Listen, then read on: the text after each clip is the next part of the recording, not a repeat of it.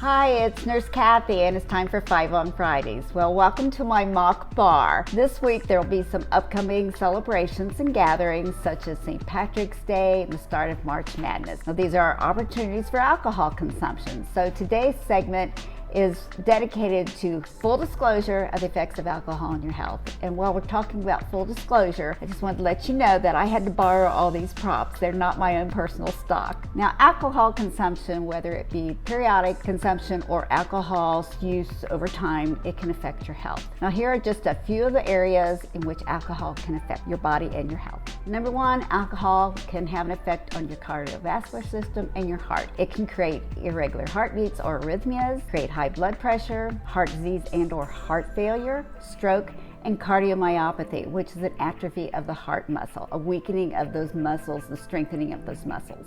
Next, your liver and pancreas are affected. Your pancreas can create a condition called pancreatitis, which is a dangerous inflammation of the pancreas. And then the liver, you're at risk for cirrhosis of the liver, alcoholic hepatitis, a chronic inflammation of the liver, and even a fatty liver. Now, this is a fact. Women show signs of liver damage a lot quicker than men do. They develop a higher risk of alcoholic liver disease, and that's because with women, they absorb more of the alcohol and they need a longer period of time in order to process that alcohol through their body. What about your blood sugar levels? Well, we've already mentioned that the pancreas can be affected by alcohol use. Now, the pancreas is the organ that regulates the insulin production and your response to glucose. So when the liver and the pancreas aren't functioning properly, you could develop probably one or two conditions. One could be hypoglycemia, which is a low blood sugar, or the opposite could occur. Now, a damaged pancreas can affect or prevent the body from producing sufficient insulin to control your blood sugar levels. Therefore, you could develop hyperglycemia,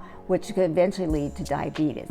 Now next, what about your brain and your central nervous system? Now, alcohol affects how the brain works, how those messages go from the brain through the body. So it can affect your memory, it can affect your mood, it can affect your behavior, it can affect your ability to think clearly, to make rational decisions, and also your speech. You have slurred speech. Alcohol use also affects your immune system. The natural immunity system is affected. You have a difficulty in fighting off germs and viruses, and people who consume alcohol on a regular basis are more apt to develop pneumonia and TB. Now, your musculoskeletal system, what happens there? Your bones become thinner with alcohol use. You're prone to fractures, and also your healing process is delayed because it takes longer for you to heal when you use alcohol.